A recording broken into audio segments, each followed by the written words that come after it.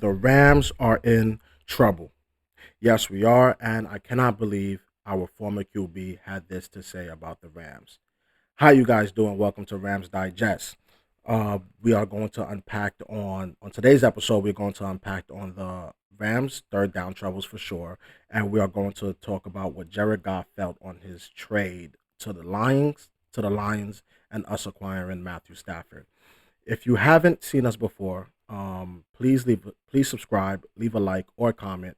It means a lot, so you can really get these Rams Digest videos daily. Well, let's get right into it. Jared Goff speak about the Rams. Um, Jared Goff had some things to say about the Rams on his how he felt getting traded to the Lions. It was kind of bad to see because I didn't know this is what Jared Goff felt like. I didn't know he felt like the organization treated him as if he wasn't nothing to them. But this is exactly what he had to say. Everyone externally just assumed that I sucked because why else would this be happening? People thought he's done, he's damaged goods. His story is over. His career will end in this way. This will be the end of the road. Hearing or seeing Jared Goff say that, I was actually pretty shocked because I for one did not think he sucked. He brought us to a Super Bowl and he went against Tom Brady. And although it wasn't a very offensive football game, we still got to the promised land. Seeing Aaron Donald get to the promised land and Jared Goff being our quarterback. So I definitely didn't think he sucked. So him saying that externally they believed that he sucked, it had to it was something going on in that organization. And as much as he got traded, he probably definitely wanted out because I for one like Jared Goff. Obviously you see how he's playing right now. He was our number one pick back in 2016 if I'm not mistaken. He was our number one pick. I for one um you can see how he's playing right now. He is MVP caliber. He's playing at MVP caliber and MVP candidate. He's 10-1 after today. He might be 11-1. The Lions have never been this good, and that's because they have Jared Goff, our former quarterback. So for him to say that the organization was externally believing that he sucked and didn't think that he was believed that he was damaged goods, he didn't even get hurt. So I don't understand why they thought he was damaged goods. And yes, he did have that rough year to start off in the Lions, but you can see how that shapes how that turned out to be. But I'm very shocked he said that because I didn't believe that anybody on the Lions, I didn't believe anybody on the Rams thought he sucked. I just thought that he just didn't work out. He just wasn't for the organization. I thought that Matthew Stafford was a better fit, or they thought that Matthew Stafford was a better fit, and I thought it was just like a mutual, trade. But I didn't believe that he had some sort of animosity towards the Rams.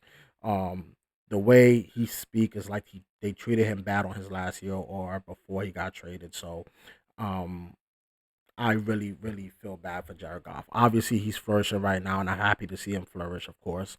But as our number one pick, he should have been treated better. And I really can't believe this was said because Jared Goff is a stud. He gave us his all. He had that wonderful, till this day, get played that game against the Chiefs, regular season game, highest scored regular season game, and that same year we went to the Super Bowl. So, so I really was upset, and really couldn't believe that I saw that they externally believed he was suck. I can't believe what would be said, to him for him to even say that. So there was probably some face to face stuff that was said to him, and all to you, Jared Goff. All to you. Thank you for playing with the Rams. I hope that everybody feel the same way, but I definitely feel that way. But we definitely have to get into these third down troubles. It wasn't until recently I found out that we was 0 for 8. We was 0 for 8 on third downs. Now, we can blame whoever, whatever, but 0 for 8 on third downs is horrendous. We need to be better. We need to be better on third downs. There's no excuse. If and I know my co-host Josh touched on this, but it can't just be one missing piece and it's like maybe we'll be better again on third downs. No, this is a bad this is a big deal to me. Um it could be coaching, it could be it can be injuries because like you could just say one person comes back, one O lineman comes back, and our our O line troubles is fixed. I mean our third down troubles is fixed. 0 for 8, 0 for 8. That is terrible. We couldn't get one third down.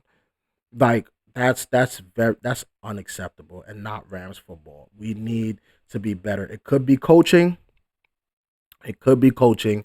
So we can't blame kickers. We can't blame fumbles. We can't blame O linemen's, or we can't blame injuries or all of that, because one, no third downs in a full game is not is that's not a thing. You can't do that. You can't do that and expect to win a football game. And speaking on the football game, we have an upcoming matchup with the Bills.